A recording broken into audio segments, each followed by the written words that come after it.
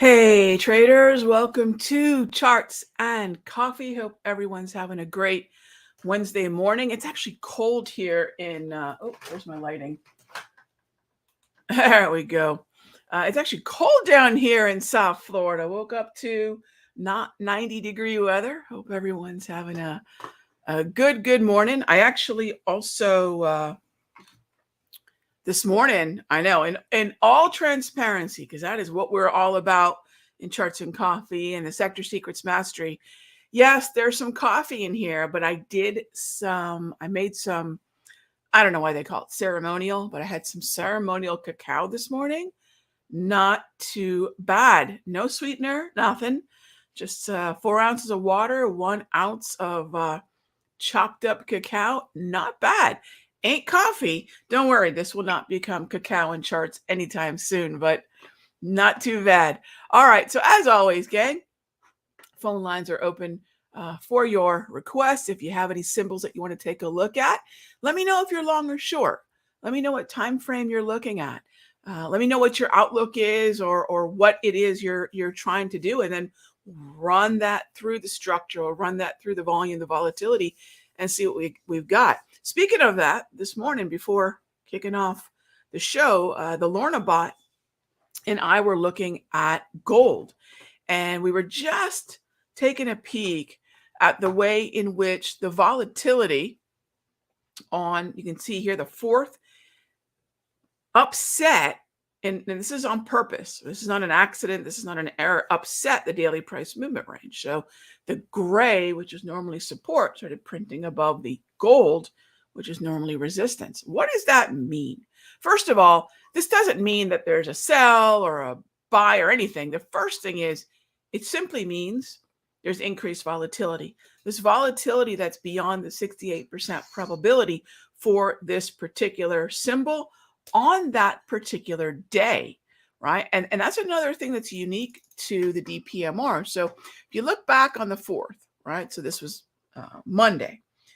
When you go back and look at the typical behavior of Monday in gold, the DPMRs are saying, wait, we're doing something way abnormal, right? It's the 32% rare air. Things have settled down since. So the very next day, the 5th, things settled down on Tuesday, and they're back to normal here now come Wednesday. And that means the daily price movement range was not only valid for the 5th, but it will be valid for the 6th. And for those of you that are wondering, in a green trend environment, is this a buy? Oh, heck yeah. We just want to be respectful of those volatility days where something abnormal is happening, which actually increases the possibility of abnormal risk as well. So keep that in mind. Gold is definitely something that I'd like to be a buyer in. I get questions on silver from time to time, and silver is also in an uptrend. Silver also had a very wonky Monday, and then things started to act a little bit more normally come you can see right here on the 5th, right? Come Tuesday. And then is there a potential buy? Yeah, for sure, right? There's a potential buy here too. All right, that being said, let's go take a peek at, there's another symbol I've been getting a lot of questions about, and that is, Rag, what's happening with the NAS? Are you still as bullish with this symbol as you were, well, darn near all year long? Yes, absolutely. What we want to wait for is the pullback into the daily price movement range. What we want to wait for is the overall movement off the daily price movement range, coupled with ideally an event that would suggest that that move to the DPMR or the wave for that matter was exhaustive. Now you might say, Rob, what does that mean? That means that I'm looking for a catalyst, a hot zone. We've had jolts already. We're coming up on non-farm payroll on Friday. Ideally, those moves into the daily price movement range come on the heels of a high impact volatility event and give us more of an exhaustive expectation. Do we need that? No, I tend to be a little bit more just, I really want a perfect setup. I want to start with what's perfect and then whittle away from what I'm willing to tolerate before I put my money at risk. So always start off with what textbook or perfect would be. Not that that's what we'll get, right? That's not always what we're going to get, clearly. But if I start with what's ideal, then I'm not starting off with the minimum requirement, but the maximum requirement and working down from there. So going forward, will I be as adamant about a hot zone driving price into the daily price movement range? Probably not if a fill is what I'm after. All right, so let's get to it. I see some questions popping up in the chat. And first off is Apple and Microsoft. D. Bolton, all I can do now, I mean, it's 6 minutes after 9, right? All I can do now is make an assessment about what is happening with Apple and Microsoft, mainly on two fronts. Do I want to look at the multi-trend on the 5-minute yet? Probably not. But I do want to remember that we're in the aftermath of the ADP, the private non-farm payroll, and we do have an uptrend on Apple, and we're trading above the previous session close. So there's a lot to like about being bullish in Apple. There's a lot to like about being above that line in the sand, that previous session close. As far as Microsoft goes, if I'm taking a look at Microsoft and I see the pullback and I see the DPMR in play and we're trading above the previous session close, yeah, absolutely. We're gonna look for very likely long positions. But this far out, I don't know what the day trade's gonna be, but I do know that we're definitely going to be looking at the long side. Yes. So, and those are two great candidates, and those two candidates are a big part of the XLK, and the XLK, of course, is the number one weighted sector in the NASDAQ. All right. So let's see. What is the next question here? All right, there we go. I was looking for it because I thought it was a really cool question. Thank you, Penelope. Penelope asked, what is the difference between momentum trading and scalping, or is it the same thing? So, Penelope, these are tricky things. I love the question because it really reminds us all that asking the individual trader, in this case, thank you for asking me, what is the definition of momentum trading and scalping for me, right? I will in no way say I'm speaking for all of traderdom, right? But for me, it's the same thing. Yeah, to me, scalping is in many ways taking advantage of momentum, but I'm no scalper. That's not my expertise. That's not an active style for me, but it is for the Lorna bot. So Lorna, who is in the Sector Secrets Mastery, she does share her Lorna bot scalping technique in that room. I would probably defer to Lorna bot, but I'll tell you, even when we're scalping, we're trying to take advantage of exhaustion. We're trying to still take advantage of price sinking into support before we buy. We're still trying to take advantage of shorter term moves. So, for me, scalping has a momentum component, but more so than anything, scalping is really probably the smallest time horizon style that any trader can consider. It's not a matter of it being good, bad. It's not a matter of it being anything other than preference. It happens to be the shortest time horizon type style that I think any trader can deploy in the market. So is momentum a part of it? I think, yes, I would say momentum would be a part of it. All right, next up is Qualcomm on the daily time frame. Sure. So Munir, if I'm looking at Qualcomm, overall uptrend, thank you for the time frame, right? Thank you for the time frame, because the time frame does indicate the slice of psychology that we're trying to capitalize on.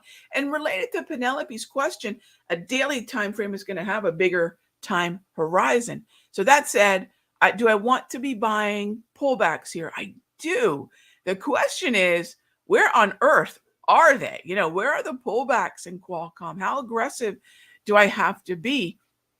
And what I'll say is, I think there's probably a pretty good justification for maybe something as even short as a 13-period exponential moving average.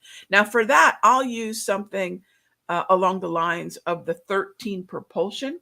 The 13 propulsion is going to capitalize on a short-term EMA crossing with the longer-term EMA, lighting up the propulsion dots, like you see here on this chart, the white dots, lighting up the dots, telling me that a self-correcting exponential moving average is in play. So propulsion's job is to do two things. One, have a self-correcting sort of smart EMA, but two, also take advantage of moving average crosses, which actually, even though they're one of the most classic old school type ways of using moving averages, I still think they work really well if there's a criteria used that's consistent. And the consistent criteria for me would be picking a steady moving average to use as a cross. And for me, that's usually going to be an 8 or a 5 sometimes. So that's it. I'm not going to get too cutesy about it.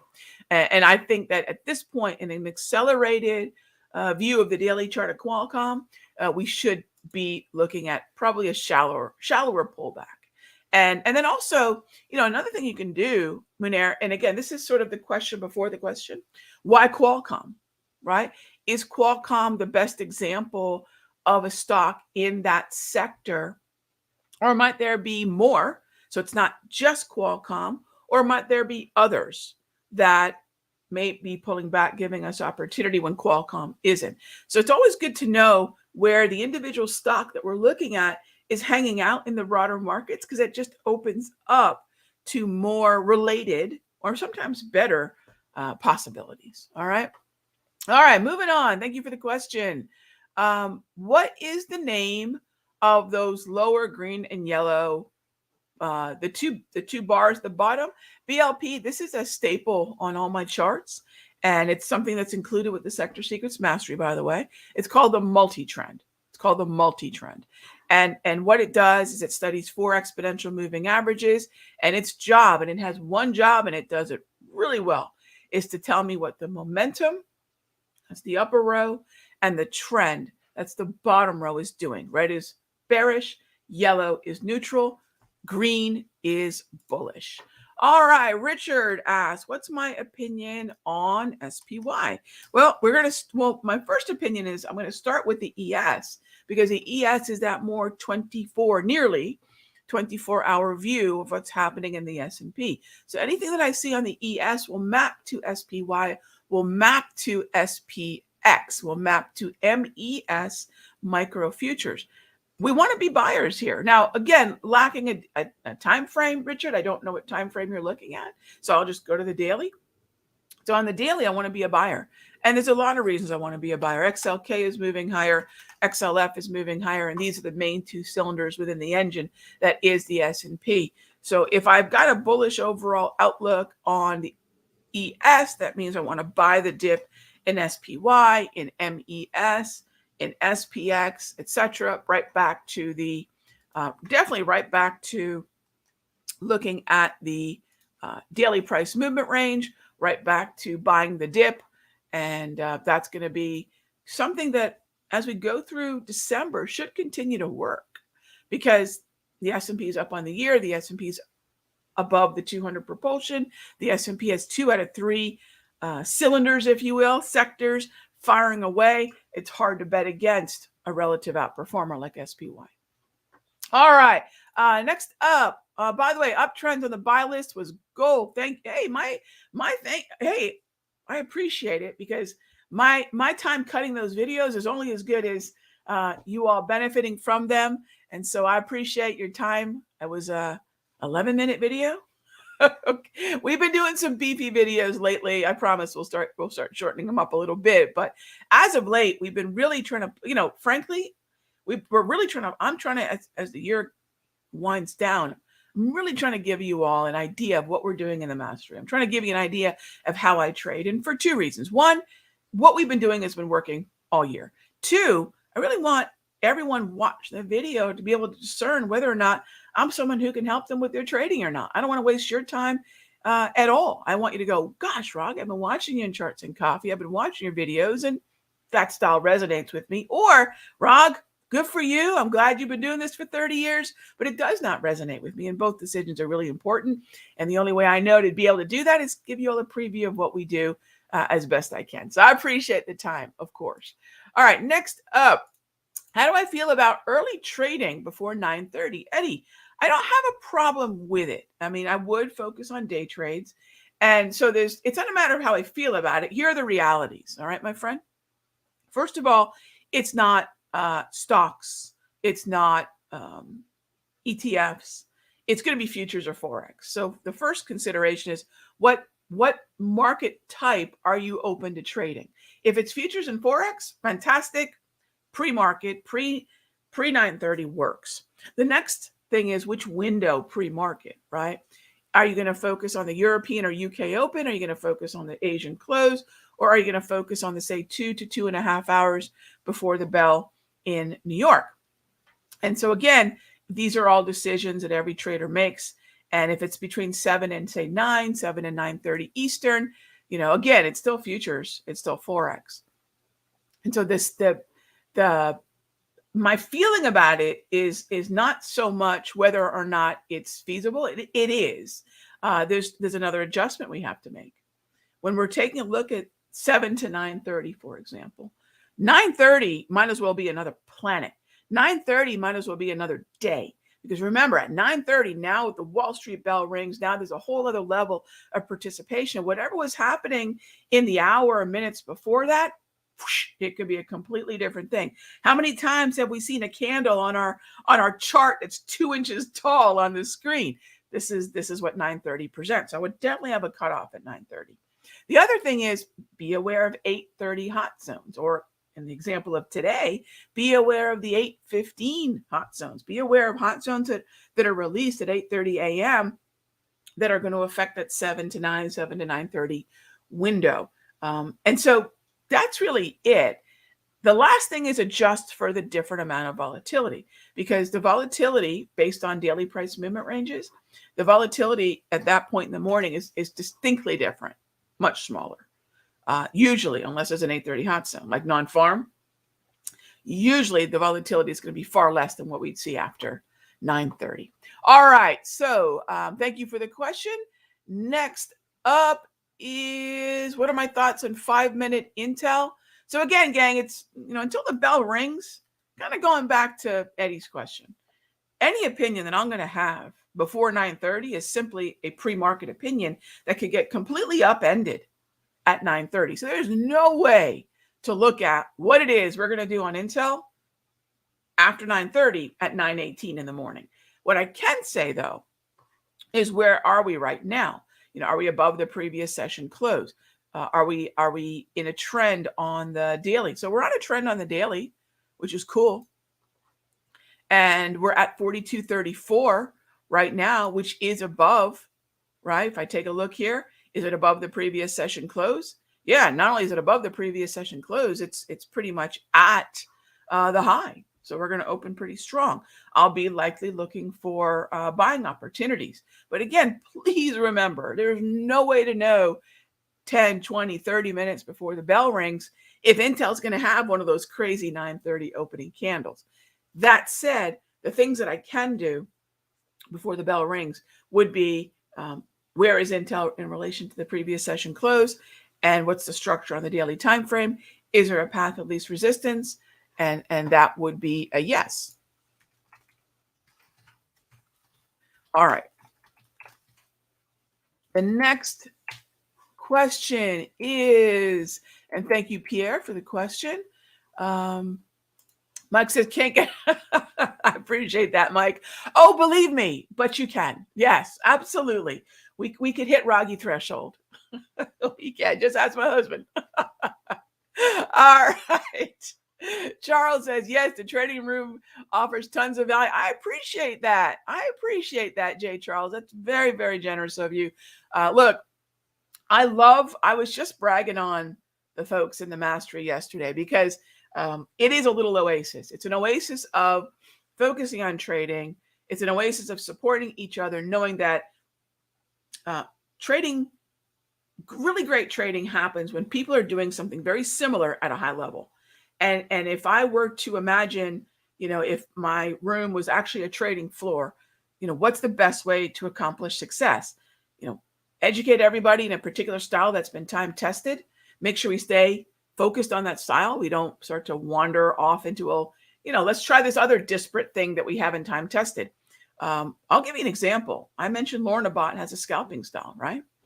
2 years it was tested. The last 6 months was the most intensive of it. But for 2 years, we tried to disprove the hypothesis of the way that she scalps. So when I talk about something that's been time tested, 6 months, that's at a minimum. It's usually a year, 2 years. Most of what I share are things I've been doing for decades.